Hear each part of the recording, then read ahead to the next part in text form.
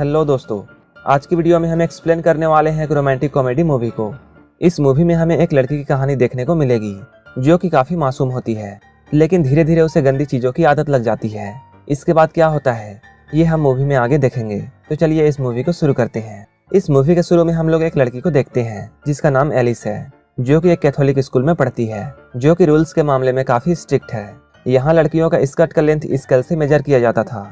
Alice देखने में काफ़ी मासूम होती है, लेकिन उसके अंदर सब कुछ जानने की बहुत इच्छा होती है। स्कूल में सेक्स एजुकेशन को लेकर एक क्लास चल रही होती है। वहाँ हम लोग एक टीचर को देखते हैं और इस टीचर का नाम मर्फी है। वो टीचर इन लोगों को समझा रहा होता है शादी से पहले ये सब करना पाप है और भगवान ने सेक्स सिर्फ इसलिए बनाया है ताकि हम लोग अपने जनरेशन को आगे बढ़ा सके। यानी मर्फी इन लोगों को समझा रहा होता है सेक्स सिर्फ बच्चे पैदा करने के लिए है और इससे ज़्यादा कुछ भी नहीं। तभी उनमें से एक लड़का अपनी टीचर से मस्टरबेशन के बारे में पूछता है। तब मर्फी इन लोगों को समझाता है शादी से पहले ऐसा कुछ भी करना गॉड के प्लान के खिलाफ है और ऐसा कुछ भी करना पाप है। और तुम लोग एक बात हमेशा याद रखना, गॉड तुम्हें हमेशा देख रहा है। स्कूल के बाद हम लोग एलिस को देखते हैं जिसकी बेस्ट फ्रेंड उससे मिलने के लिए आई है। उसकी बेस्ट फ्रेंड का नाम लॉरा है और ये दोनों बातें करने लगते हैं। एलिस उससे पूछती है क्या तुम्हें पहले से ये पता था कि मस्टरबेशन करना पाप है? वो कहती है हाँ मुझे ये पहले से पता था। एलिस उससे कहती है मुझे ये सब जानने की बहुत इच्छा होती है। इसके बाद एलिस घर आती है और वो अपने कंप्यूटर में एक मैसेजिंग ऐप ओपन करती है। तभी वो देखती है उसके पास एक मेल आया है। वो एक ऐसे आदमी का मेल था जो कि कुछ एडल्ट फोटोज एलिस को भेजता है। एलिस उन फोटोज को देखकर जल्दी से अपनी कंप्यूटर की स्क्रीन बंद कर देती है, लेकिन कुछ देर बाद उसे उन फोटोज को देखने की इच्छा होने लगती है और इसके बाद वो सारे पिक्चर्स को देखने लगती है। तभी उस आदमी का एक और मैसेज एलिस के पास आता है। वहाँ वो लिखता है ASL, लेकिन एलिस को इसका मीनिंग नहीं पता होता है, इसलिए वो इसका मीनिंग पूछती है। तब वो आदमी बताता है age, sex and location. Alice इसका जवाब देती है। वो आदमी एलिस की एक फोटो मांगता है। तब एलिस उसे अपने दोस्त की फोटो दे देती है। वो आदमी रिप्लाई करता है तुम देखने में बहुत सुंदर हो। इसके बाद वो आदमी एलिस को एडल्ट मैसेजेस करने लगता है। एलिस को उस आदमी के बहुत से बातों का मतलब समझ में नहीं आता है, लेकिन वो इन सब चीजों को जानना चाहती थी। तभी वो आदमी उसे और एक एडल्ट इमेज भेजता है और वो आदमी उससे पूछता है are you touching yourself? Alice जब ये सुनती है उसे काफी अजीब लगता है और वो अपनी क्यूरियोसिटी के लिए अपने आप को छूने लगती है। जब वो ऐसा करती है तब उसे बहुत अजीब लगता है। तभी अचानक उसे उसकी मॉम की आवाज़ आती है और वो अपने कंप्यूटर को बंद करके वहाँ से चली जाती है। अगले दिन स्कूल में एलिस अपने दोस्त लॉरा के साथ लंच कर रही होती है। तभी एक लड़की उसके पास आती है। इसका नाम बेथ है। वो यहाँ आकर एलिस से कहती है मैं बिलीव नहीं कर सकती कि तुमने लॉरा के पार्टी में वेट का सला टॉस किया है। उसकी बातों पर लॉरा को भी यकीन नहीं होता है। लॉरा एलिस से पूछती है क्या तुमने सच में मेरे पार्टी में वेट का सला टॉस किया है? एलिस कहती है नहीं, मैंने ऐसा कुछ भी नहीं किया है, मुझे तो इसका मीनिंग भी नहीं पता है। हम लोग इस वीडियो में आगे जानेंगे सैलड टॉस करना क्या होता है। बेथ इन दोनों को एक जगह के बारे में बताती है। वो कहती है लास्ट टाइम मैं स्कूल की तरफ से वहाँ गई थी। वो जगह काफ़ी स्पिरिचुअल है और तुम लोगों को भी एक बार वहाँ जाना चाहिए। मेरे वहाँ जाने के बाद मेरी लाइफ पूरी तरह से बदल गई। इसके बाद बेथ यहाँ से चली जाती है। यहीं पे एलिस एक चॉकलेट का रैपर निकालती है और उसे चाटने लगती है। एलिस को ऐसा करता देख वहाँ बैठे हुए लड़के हंसने लगते हैं। इसके बाद एलिस वहाँ से उठकर चली जाती है, लेकिन उसी वक्त उसके सामने वेट और हैदर आते हैं और ये दोनों एलिस से बहुत गुस्सा होते हैं। एलिस को अपने एडल्ट चैट के बाद उसके मन में गिल्ट होता है, इसलिए वो अपने गिल्ट को दूर करने के लिए लॉरा के साथ उस जगह पर जाने के लिए तैयार हो जाती है। अब एलिस अपने दोस्तों के साथ वहाँ पहुँच चुकी है। वहाँ पहुँचकर वो एक लड़के को देखती है और वो अपने दोस्त से पूछती है ये कौन है? लॉरा बताती है ये अपने स्कूल का फुटबॉल टीम का कैप्टन है। एलिस उसे देखकर उसकी तरफ अट्रैक्ट होने लगती है। तभी एक लड़की एलिस के सामने आती है। इसका नाम नीना है। नीना इन लोगों को इनका रूम दिखाती है। वो कहती है यहाँ फोन्स और घड़ी अलाउड नहीं है। जिनके पास भी फोन और घड़ी है वो मुझे दे दो, मैं तुम्हें बाद में वापस कर दूंगी। एलिस उसे अपनी घड़ी दे देती है, लेकिन वो अपना फोन अपने पास छुपा लेती है। इसके बाद ये लोग एक हॉल में जाते हैं जहाँ मर्फी इन लोगों को ग्रुप्स में बांट देता है। एलिस के ग्रुप का कैप्टन वही लड़का था जिसे एलिस पसंद करने लगी थी। इस बात से एलिस बहुत खुश होती है। जब सब लोग एक जगह बैठे होते हैं तब मर्फी इन लोगों से कहता है तुम्हें यहाँ गॉड ने बुलाया है। वो इन लोगों को बताता है यहाँ आकर तुम लोगों का गॉड से रिलेशन स्ट्रांग हो जाएगा। इसके बाद इन लोगों को एक फॉर्म दिया जाता है जहाँ कुछ फीलिंग्स लिखे होते हैं। मर्फी इन लोगों से कहता है लास्ट ईयर से अब तक तुम लोगों ने जो भी फीलिंग्स महसूस की हैं तुम लोगों को यहाँ उसे टिक करना है। एलिस अपना फॉर्म भरना शुरू करती है और वो टर्न ऑन पर टिक करती है, लेकिन बाद में वो इसे मिटाना चाहती है, लेकिन वो इरेज नहीं होता है और यहीं पे फॉर्म भरने का टाइम खत्म हो जाता है। इसके बाद वो टर्न ऑन को काट देती है और अपना फॉर्म सबमिट कर देती है। इसके बाद नीना इन लोगों के सामने एक स्पीच देती है वो बताती है उसकी फैमिली उसे इग्नोर करती है, लेकिन यहाँ आने के बाद उसे ऐसा फील हुआ जैसे वो अकेली नहीं है, गॉड उसके साथ हमेशा है। नीना के स्पीच को सुनने के बाद वहाँ बैठे सारे लोग इमोशनल हो जाते हैं। रात को एलिस अपने फोन में गेम खेल रही होती है, लेकिन तभी उसका फोन वाइब्रेट करने लगता है। वो कुछ देर तक सोचती है और इसके बाद वो अपने फोन को अपने लेग्स के अंदर डालती है। ऐसा करने से उसे काफी अजीब महसूस होता है। नेक्स्ट डे सभी जंगल में घूम रहे थे, लेकिन एलिस क्रिस को देख रही होती है। तभी एक लड़की वहाँ पर गिरने लगती है, लेकिन क्रिस उसे संभाल लेता है। ये देखकर एलिस भी गिरने का नाटक करती है। इसके बाद क्रिस उसके पास आता है और उसे अपनी गोद में उठाकर नर्स के पास ले जाता है। एलिस को क्रिस के बाहों में बहुत अच्छा लगता है। इसके बाद एलिस अपने कमरे में होती है, तभी वहाँ पर नीना आती है। तभी एलिस का फोन वाइब्रेट करने लगता है।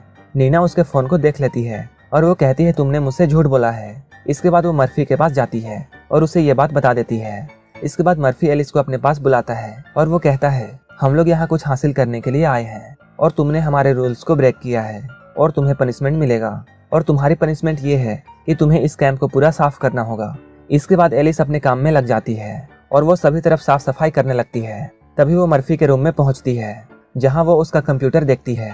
वो उस कंप्यूटर में चैटिंग ऐप ओपन करके ये पूछती है सैलेड टॉस का मतलब क्या होता है, लेकिन उसे बहुत सारे जवाब मिलते हैं और सारे अलग होते हैं। इसके बाद वो स्क्रीन को ऑफ करके वहां से चली जाती है, लेकिन वो कंप्यूटर शट डाउन नहीं करती है। रात में सारे स्टूडेंट मर्फी के सामने बैठे होते हैं। उनके घर से आए हुए लेटर्स को मर्फी उनके सामने पढ़ रहा होता है, जिसे सुनकर सारे लोग इमोशनल हो जाते हैं। वहीं दूसरी तरफ हम लोग क्रिस को देखते हैं, जो कि कुछ स्टूडेंट के साथ ये बातें कर रहा होता है कि सभी के मन में कुछ ना कुछ गिल्ट होता है और मैं चाहता हूँ कि तुम अपने गिल्ट को बाहर निकाल दो, जिससे तुम्हारा मन शांत होगा।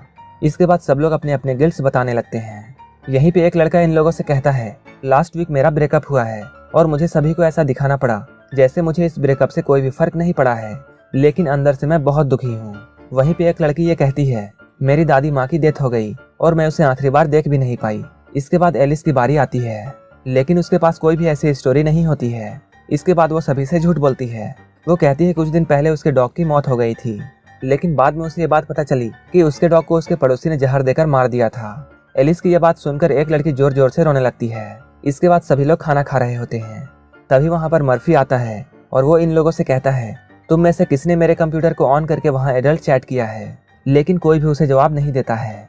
मर्फी इन लोगों से कहता है मुझे ये बात पता नहीं है कि ये हरकत किसकी है, लेकिन याद रखना गॉड सब कुछ देख रहा है। इसके बाद मर्फी एलिस को अपने रूम में बुलाता है और वो उसे पूछता है तुम्हारा गॉड के साथ कैसा रिलेशन है। वो कहती है अच्छा है। मर्फी उससे पूछता है तब तुमने फॉर्म में टर्न ऑन क्यों भरा था। वो कहती है ये मैं बहुत पहले फील कर रही थी। मर्फी उससे पूछता है क्या तुम अब भी ऐसा फील करती हो। एलिस कहती है नहीं। इसके बाद एलिस अपने काम में बिजी होती है। तभी वेड वहाँ आता है और वो कचरा डस्टबिन के बजाय नीचे फेंक देता है। एलिस उससे पूछती है तुम ऐसा क्यों कर रहे हो। वेड कहता है तुम्हारे वजह से मेरा ब्रेकअप होने वाला था। एलिस उससे कहती है मैंने क्या किया है, मुझे तो उस वर्ड का मतलब भी नहीं पता है। तभी वहाँ पर मर्फी आता है और वेड को अपने साथ ले जाता है। इनके जाने के बाद एलिस अपने काम में बिजी होती है। तभी उसे वहाँ पर एक बैंड मिलता है जिसमें वेड का नाम लिखा होता है। वो उस बैंड को अपने पास रख लेती है और अपने काम में फिर से बिजी हो जाती है। लेकिन तभी वो खिड़की से बाहर जो भी देखती है उसे अपने आंखों पर यकीन नहीं होता है। वो देखती है नीना एक लड़के को किस कर रही है। ये सब देखकर एलिस बहुत शौक हो जाती है। वो जाकर ये बात लोरा को बताती है, लेकिन लोरा उसकी बातों पर यकीन नहीं करती है। लोरा उससे कहती है तुम नीना के बारे में ऐसी गंदी बातें कैसे कर सकती हो, तुम्हें ऐसी अफवाह नहीं फैलानी चाहिए। इसके बाद वो एलिस से पूछती है मुझे पहले ये बताओ तुम्हारा कुत्ता कब मरा। एलिस लोरा से कहती है सबके पास कुछ ना कुछ स्टोरीज थी, लेकिन मेरे पास बताने के लिए कुछ भी स्टोरी नहीं थी, और इसके बाद मेरे मुंह में जो भी आया मैंने सभी को बोल दिया। लोरा उससे कहती है तुम एक झूठी लड़की हो और मुझे ऐसा लगता है तुमने ही मर्फी के कंप्यूटर से एडल्ट चैट किया था और तुमने ही सैलेड को टॉस्ट किया होगा। एलिस उससे कहती है तुम्हें मेरा यकीन करना चाहिए, मैंने ये सब नहीं किया है। इसके बाद लोरा यहाँ से चली जाती है। इसके बाद एलिस फिर से अपने काम में लग जाती है, लेकिन तभी उसके दिमाग में एक आइडिया आता है और वो वेड का बैंड मर्फी के कंप्यूटर के सामने रख देती है। तभी मर्फी वहाँ पर आता है और एलिस छुप जाती है। तभी मर्फी अपने कंप्यूटर में एक अडल्ट वीडियो प्ले करता है और वो बैठकर मस्टरबेशन करने लगता है। वो ये सब देखकर बिलीव नहीं कर पाती है और वो ये सब देखकर अपनी आंखें बंद कर लेती है। इसके बाद हम लोग क्रिस को देखते हैं, जो कि एलिस से मिलता है और वो उससे पूछता है तुम इतनी उदास क्यों हो। इसके बाद ये दोनों बैठकर बातें करने लगते हैं, लेकिन तभी अचानक एलिस उसे किस करने लगती है। क्रिस भी उसका साथ देने लगता है, लेकिन तभी क्रिस उससे दूर हट जाता है और उससे कहता है तुम ये क्या कर रही हो, ये सब गॉड के प्लान के खिलाफ है। ये कहकर क्रिस यहाँ से चला जाता है। इसके बाद एलिस उदास हो जाती है। रात में जब सभी लोग प्रार्थना कर रहे होते हैं तब एलिस यहाँ से चली जाती है और वो सीधा एक बार में पहुंच जाती है। वहाँ वो बार के ओनर गीना से मिलती है। बार ओनर एलिस से पूछती है, तुम इतनी उदास क्यों हो? एलिस उससे कहती है, लोग जो होते हैं वो दिखाते क्यों नहीं हैं? गीना उसे समझाती है, ऐसा सब करते हैं। एलिस उससे कहती है, मैं अपनी छोटी छोटी गलतियों से भी डरती हूँ क्योंकि मैं इसके कारण हेल में चली जाऊंगी। गीना उससे कहती है, मैं भी अपने बचपन में एक स्ट्रिक्ट कैथोलिक स्कूल में पढ़ती थी और मुझे तुम्हारे फीलिंग्स के बारे में सब कुछ पता है। एलिस को गीना से बातें करके अच्छा लगता है। इसके बाद गीना उससे कहती है, चलो मैं तुम्हें ड्रॉप कर देती हूँ। जाते हुए एलिस गीना से ये पूछती है, क्या तुम्हें सैलेड टॉसिंग के बारे में कुछ पता है? ये सुनकर गीना हंसने लगती है। गीना उसे कहती है, लिकिंग समवन बट्स। ये सुनकर एलिस हैरान रह जाती है। इसके बाद एलिस अपने रूम में आती है। सुबह जब सभी लोग ब्रेकफास्ट कर रहे होते हैं तब मर्फी वेट के पास आता है और उसे अपने साथ ले जाता है। यहीं पे लॉरा एलिस के पास आती है और वो उससे सॉरी कहती है, मुझे ऐसा लगा था जैसे तुम्ही ने टीचर के कंप्यूटर से अडल्ट चैट किया था, लेकिन सच ये है कि वो वेट था क्योंकि उसका बैंड कंप्यूटर के पास मिला। और लॉरा उससे फिर से सॉरी कहती है। एलिस उससे कहती है, कोई बात नहीं। यहीं पे लॉरा एलिस से ये कहती है, क्या तुम्हें ये बात पता है कि वेट एक गे है? एलिस कहती है, ऐसा कैसे हो सकता है, उसकी तो एक गर्लफ्रेंड है। लॉरा एलिस को बताती है, अब तक उन लोगों ने किस भी नहीं किया है और इसी बात को छुपाने के लिए उसने तुम्हारे बारे में सैलेड टॉसिंग की अफवाह फैलाई थी। तभी वेट सभी के सामने आता है और वो कहता है, प्लीज गॉड मुझे मेरी गलतियों के लिए माफ कर दो। मर्फी सभी से कहता है, अगर तुम में से कोई भी कुछ कहना चाहता है तो अभी कह सकता है। तभी एलिस उठती है और सभी के सामने जाने लगती है। एलिस सभी से कहती है, यहाँ तुम लोग जो भी बातें सुनते हो इसका मतलब ये बिल्कुल नहीं है कि सारी बातें सच है। जब कोई तुम्हारे बारे में झूठी अफवाह फैलाता है तब तुम्हें बहुत बुरा लगता है। वो कहती है, सभी के अपने अपने सीक्रेट्स होते हैं। अगर सभी लोग अपने सीक्रेट्स एक दूसरे को बता देंगे तो क्या बुरा हो जाएगा? सभी को एक दूसरे की पसंद का सम्मान करना चाहिए। अगर हम ऐसा करते हैं तो हमारे मन में कोई भी गिल्ट नहीं रहेगा। ये कहकर वो यहाँ से चली जाती है।